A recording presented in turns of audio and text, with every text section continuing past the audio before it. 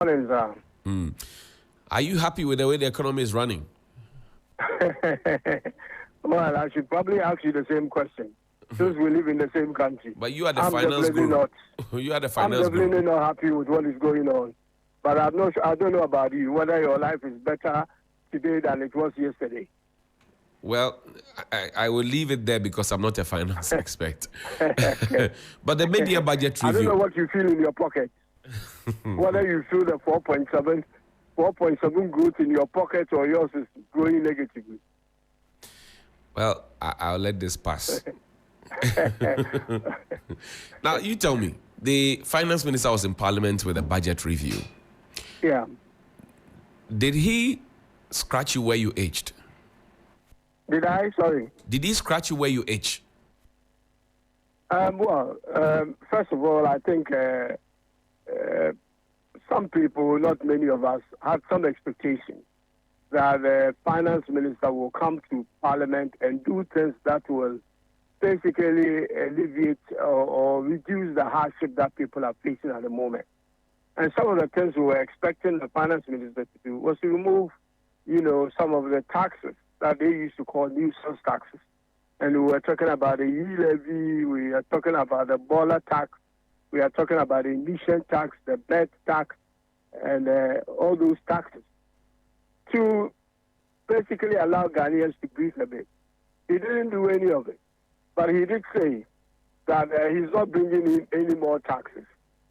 If you have been taxed to the hilt and you are actually suffocating and dying of loads of taxes, it's not about that. I will not impose more taxes on you. What you are already under is killing you.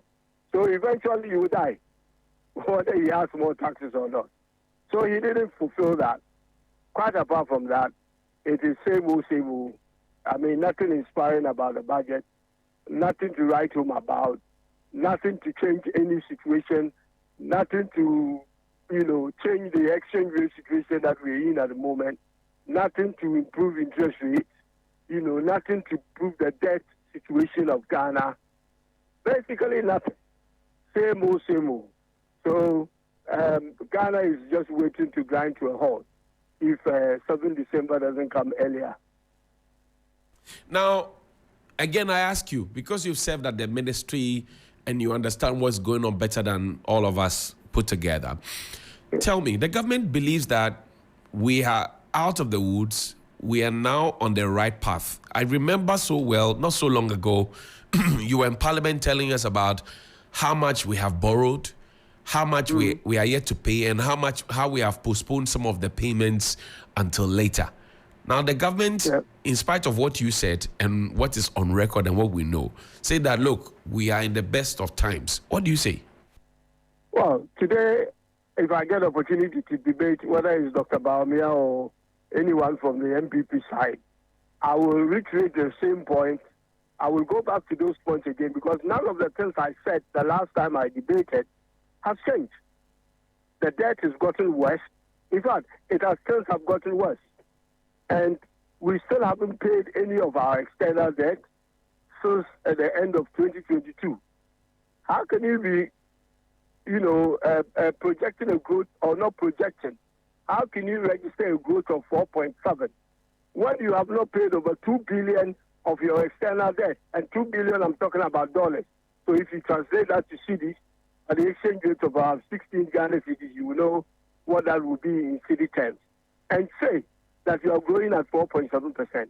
Basically, your growth is distorted. Because until you feed in your debt figures or adjust it by your debt figures, Ghana could not be growing at 4.7. To be honest with you, if I do my adjustment, Ghana is just growing around 1%. 1% is what Ghana is growing at. It is not surprising, therefore, that people are not feeling it in their pocket. When we started talking, I asked you whether you are feeling a growth of 4.7 in your pocket. Because that's not the reality. What is actually happening on the ground is not 4.7 growth economy. It's about 1%, almost 1% growth economy. Therefore, it is not surprising that you wouldn't feel that in your pocket. You would ask, doesn't the IMF know that Ghana is not growing? They do.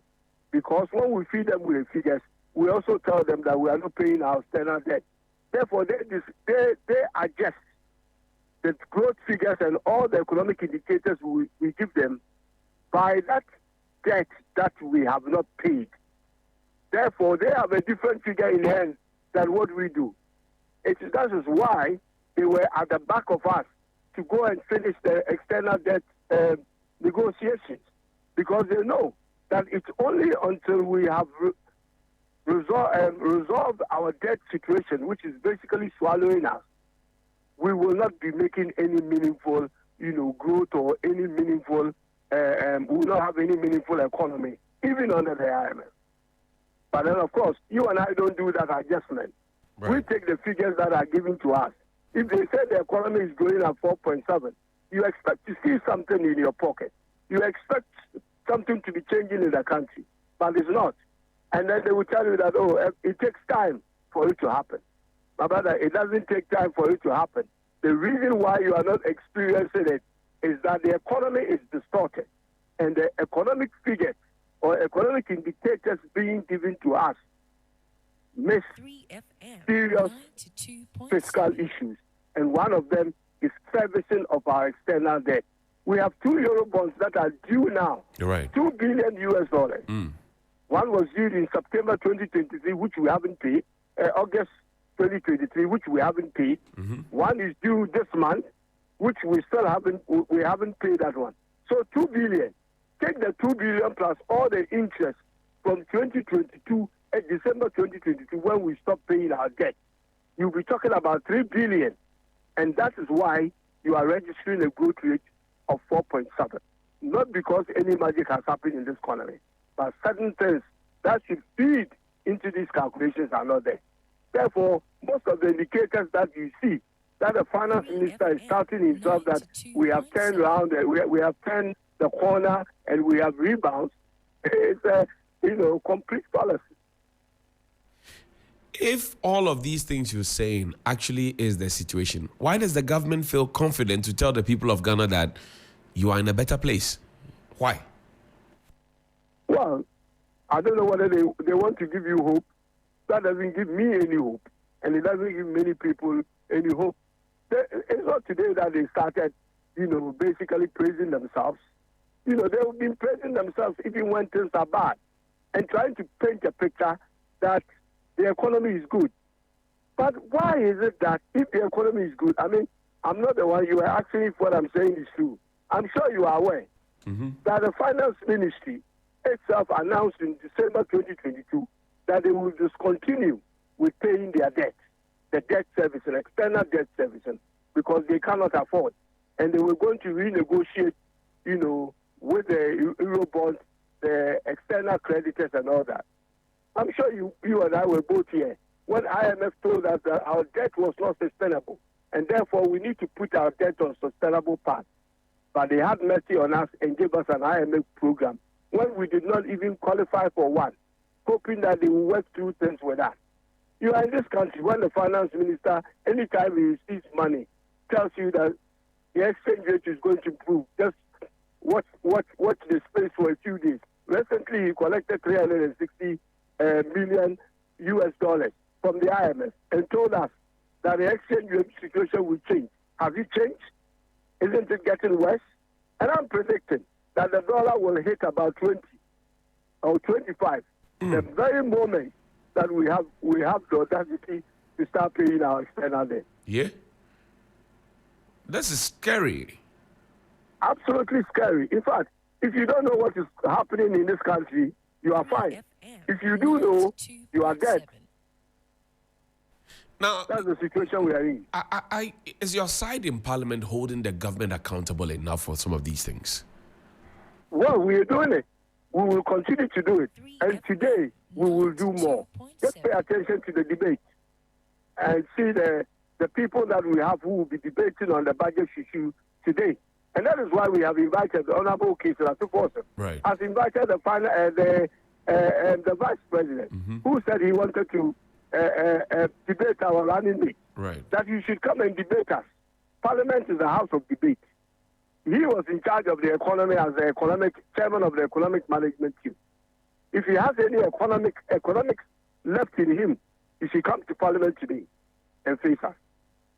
Now, the question that will be asked next is, how do we get out of all this? What do you suggest we do? Well, first of all, we get out of all this by telling the truth. You don't go to do an external debt exchange and come and tell us that you are getting a relief of 4.4 billion and you're also getting a haircut of 4.7 billion, making it about 8 point, is it 9? Actually, 9.1 billion savings, which is actually not true. No money has ended up in the Bank of Ghana's vault or will end up in the vault in the future about these savings he's talking about. With our debt exchange, we have an agreement with the Eurobond holders in principle. We have not closed the deal yet. In principle. And what is lying before us are two options that is being considered by those creditors. So there's an option A, where things will be pushed back, but we'll pay all the money. And there's a second option, which is called a discounted option, where they will be getting a haircut on both their principal and interest. And that's where they are saying will give us a savings of about 4.7 million. This they're talking about can only be possible, not on this option, but on the first option. So how can the finance minister be working about combining the benefit of both options, of which he will have to take only one option, and praising the government that they've done a fantastic negotiation that is saving this country almost about 10 billion. This is an illusion, and that is why we are where we are. If we don't begin to confront the problems that are facing us and face it, head on, or they say that you hold the bull by the horn. Right. We are not going to get out of this. We are going to be in a vicious circle. Our debt is going to be compounded. Look, we have done 17 Eurobond tranches in this country since we started the Eurobond. Right. Between Kufuor and the NDC government of John Dramani Mahama in the 8 years or let's say 16 years that the two governments and you add Mills as well. Right. We have done 5 Eurobonds to a tune of 3.75 billion. Now, so that is basically 5 Eurobonds at a tune of 3.75 billion. That this NPP government, in the last 8 years, have done the rest of the 12 Eurobonds to a tune of 11 billion, which is almost about 3 times the size of the Eurobond that Kufuor up to John Mahama did. Now, they tell you that they have negotiated 13 billion of our Eurobond. And I'm asking them today that where is the 12 billion? Because our Eurobond debt should be 14 billion, not 13. Unless, of course, since they stopped paying external debt, the bond that matured in 2023 for 1 billion has been paid. And we want to see the evidence for that. They're trying to pull the wool over our eyes and praising themselves by lying to us. But of course, you will say that doesn't IMF know, because they discount it with the real situation in the economy. So they are looking at the real picture. They are not bothered about what your country is telling, what your government is telling you, that, the Eurobond should be 14 billion. And I want to find out. I have with me a spreadsheet, which I will show in Parliament. Right. To show all the Eurobonds we have done to date, when they were taken, when they will mature, what the coupon rates are, what the total interest is, what the principal will be, how much we will pay when the bond matures. For that are due, we have paid 2. 2 are outstanding. So I don't know how they arrive at 13 billion first place. Secondly, I don't know how they arrive at 4.4 billion and 4.7 billion as savings when they have not even taken the option, whichever option they are going to take. The same with the bilateral. We have an agreement in principle. We haven't got a deal. We needed an agreement in principle to be able to get the IMF to disperse, which we have done. But the bilaterals will have to go to probably their parliament to ratify this agreement. The commercial ones, the Eurobond, will have to go to their shareholders different shareholders. These are not countries. There are multiple shareholders from different countries to do that. You haven't done that. And you have combined the benefit of the two options. And you're praising yourself that this is what you have achieved for Ghana. And then, if we don't get this thing sorted out, and the NPP has almost about 4 or 5 months to get out of the way. If NDC comes to power, they will be saying that they left NDC a savings of 9 billion, which is actually non-existent. So we will have to hold their feet to the fire until we get right answers from them. If the lies continue, probably we'll begin to see some light at the end of the tunnel. I see. Now, my final question to you now is about the business people who are constantly complaining that, look, their capital is shrinking, their businesses are suffering, they have had to let people go home, etc., because of the way the economy is. And it appears nobody wants to listen to them. What would you tell them? Well, today I'll tell you they'll begin to listen. Because what is going on, if not addressed, will create a problem. And you are absolutely right. People are losing their livelihood. Just because of this exchange rate that they put it in prison or jail and it comes out and it's here and some money. We are always waiting for inflows for the currency to respond. If it does, it is temporary. Because we don't have any permanent solution by this government. In the last 8 years, the economic policies of this government, implemented incompetently, has caused a lot of problems for this country. We have so many issues, like you rightly said. Many companies have collapsed because the money they use in going to get stuff today, whether it's capital goods or things to come and trade, changes each time they are going. And gradually their capital is eroding. The unemployment is going up. Yet they claim they have created jobs. So nothing is actually working. This country is economically or technically, this country is bankrupt. If you had one advice to give to Mr. President, Nana Akufo-Addo and Dr. Bawumia, what would you tell them? Well, I will tell them that the pandemic is not COVID. The pandemic is the MPP government. And we have found a vaccine for the COVID. On the 7th December 2024, we will get a vaccine for the NDC government, the MPP government. Kwaku Ricketts-Hagan is the Member of Parliament for Cape Coast South. He joins us here on the phone, and we'll look forward to the showdown in Parliament today. There will be. Well, I pray Bawumia comes.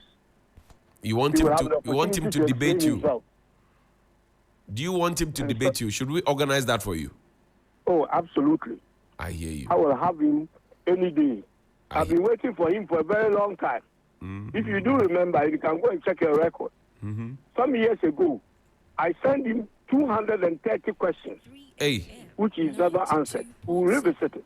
I see. If you check, I remember the 230 questions. Yes, they are there. But the man only sent 170 questions. Why did you do 230 questions? Well, because I had 230 questions to ask you. But the marking scheme is 170 questions. Why do you go beyond the marking scheme, Honorable Hagan? Because I had too many questions. Even if he should answer the first 10, probably we'll begin to get answers into how he thinks about the economy. The managers of this economy do not have a clue of the economy they are managing. Given an opportunity today, would you still ask 230 questions? I will have more. Possibly we'll take it to 300. 300 questions? Yes, because I asked the questions in the 6th of March 2020. Okay. It's been 4 years now, and more issues are coming up. So we can ask more questions. Up to December, I can promise you that I will have over 300 questions for Bawumia. You are not a nice person. And I'm looking forward to it. You are not a nice person. 300 questions. Why? Because these are problems we have in this country. Problems we have. It's actually questions and statements, just as he did for Misata. I hear you. So they are not all questions. Some are statements. The same way he did when Misata. If you look at the Misata thing, just Not all of them are questions. Some are statements. I hear you. We will do. He will have to do same. I hear you. He will have to do same. Honorable George, I'm Kweku. really looking forward to him. We have allowed him to talk too much in this country. Okay. Honorable George Kweku Ricketts Hagan, thank you for your time. MP for My Cape Coast pleasure. South. Great. 3FM 92.7. The best in the morning is on 92.